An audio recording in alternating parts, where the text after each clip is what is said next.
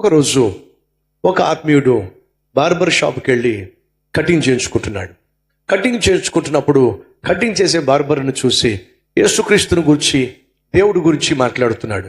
అలా మాట్లాడుతున్నప్పుడు ఆ కటింగ్ చేసే బార్బర్ అంటున్నాడు, సార్ మీరు అస్సలు దేవుడి గురించి మాట్లాడకండి, అస్సలు నాకు దేవుడి గురించి మాట్లాడితే అస్సలు నాకు గిట్టదు, ఎందుకు ఒక విధమైనటువంటి ఇరిటేషన్ వచ్చేస్తాయి. అదేంటయ్యా అంత మాట అన్నావు? లేకపోతే ఏంటి సార్, నిజంగా దేవుడు అనేవాడు ఉంటే ఇన్ని కష్టాలు ఎందుకుంటాయి, ఇన్ని బాధలు ఎందుకుంటాయి, ఇన్ని రోగాలు ఎందుకుంటాయి, ఇన్ని సమస్యలు ఎందుకుంటాయి? దేవుడు దేవుడు అంటున్నారు, మీరు చూడండి ఎన్ని సమస్యలు ఉన్నాయో, ఎన్ని కష్టాలు ఉన్నాయో, ఎన్ని బాధలు ఉన్నాయో, ఎన్ని రోగాలు ఉన్నాయో. నిజంగా దేవుడు అనేవాడు ఉంటే ఇన్ని కష్టాలు, రోగాలు, బాధలు ఎందుకుంటాయి సార్? ఇంకొకసారి నా దగ్గర దేవుడి గురించి మాట్లాడకండి. నోరు మూయించేశాడు. ఆత్మీయుడు కామైపోయాడు. నెక్స్ట్ టైం మళ్ళా కటింగ్ కోసం ఆ బార్బర్ షాప్కి వచ్చాడు. బార్బర్ కటింగ్ చేస్తూ ఉన్నాడు. బయట ఒక ముష్టివాడు ఒక అరుగు దగ్గర కూర్చొని వాడు తలకే గోక్కుంటా ఉన్నాడు. జుట్టంతా పెరిగిపోయి ఉంది, గడ్డమంతా పెరిగిపోయి ఉంది, పిచ్చోడ్లాగా ఉన్నాడు. పిచ్చోడే. కటింగ్ చేయించుకుంటున్న ఈ ఆత్మీయుడు, ఏమిటోనయ్యా లోకంలో బార్బర్లే లేకుండా అయిపోయారు అన్నాడు.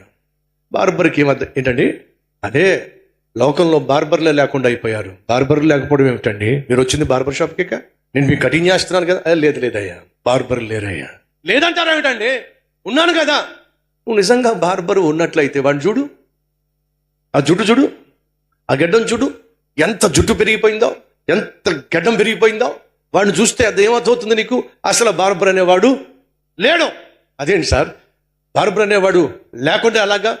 వాడు ఒకవేళ నా దగ్గరకు వచ్చి డబ్బులు లేవయ్యా, భిక్షగాడినయ్యా అని ఒకవేళ నా దగ్గరకు వచ్చి తన కష్టం చెప్పినట్లయితే నేను కటింగ్ చేసేవాడిని, నేను గడ్డం గీసేవాడిని. వాడు నా దగ్గరికి రాలేదు కాబట్టి వాడికి ఆ దరిద్రం పట్టుకుంది, వాడు ఆ దరిద్రుల్లా ఉన్నాడు. వాడు నా దగ్గరికి వచ్చినట్లయితే చక్కగా గడ్డం గీసేవాడిని, చక్కగా కటింగ్ చేసేవాడిని, అబ్బో మిస్టర్ ఇండియాలా తయారు చేసేవాడిని. వాడు నా దగ్గర రాలేదు కాబట్టి వాడు అలా ఉన్నాడు.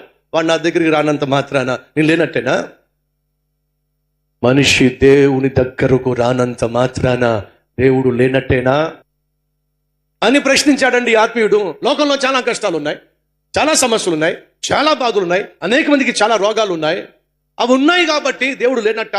ఉన్న వాళ్ళు ఏం చేయాలి? దేవుని దగ్గరికి వస్తేనే కదా దేవుడు అద్భుతం చేయగలిగింది, దేవుడు ఆశ్చర్యకార్యం చేయగలిగింది, వారి కష్టాన్ని తీర్చగలిగింది, కన్నీళ్లు తొలగించగలిగింది, పాపాలు క్షమించగలిగింది, పరలోకం చేర్చగలిగింది. ఎప్పుడు ఆయన దగ్గరికి వస్తేనే కదయ్యా. ఆయన దగ్గరికి మనిషి రావట్లేదు కాబట్టే, రాకుండా ఉన్నాడు కాబట్టే ఈ సమస్యలతో సతమతం అయిపోతున్నాడు.